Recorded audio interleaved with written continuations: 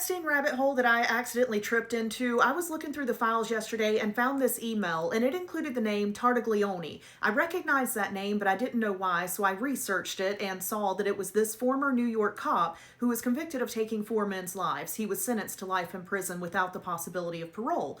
So I remembered his case, but I still didn't understand why he was in the Epstein files. So I did some more digging and realized he was a cellmate of Jeffrey Epstein's just weeks before he passed away.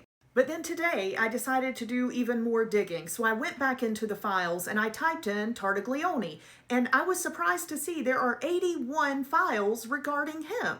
If you want to read all 81 for yourself, I encourage you to do so. Just go to this site and type in Tartaglione in the search bar.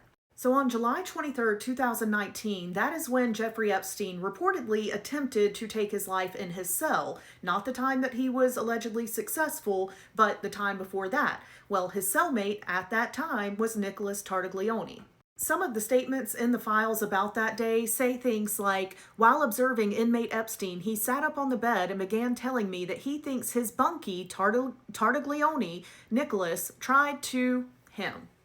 But then you have emails like this that contain excerpts from articles like this one from the New York Daily News, and they are quoting Nicholas Tartaglione. As far as Jeff Epstein is concerned, I never touched the man. I despise anyone who hurts children, but whatever was going to happen to him, I was not going to be part of it. And then you have this letter that is essentially saying, why is the video surveillance of July 23rd, 2019 not available? Which is the day of the attempt when Jeffrey Epstein and Nicholas Tartaglione were cellmates. And then there's some filings in the files that seem to be trying to get some records to be remaining sealed so that it doesn't hurt Nicholas Tartaglione's penalty phase of his case. And that is in relation to what happened with Epstein on July 23rd, 2019.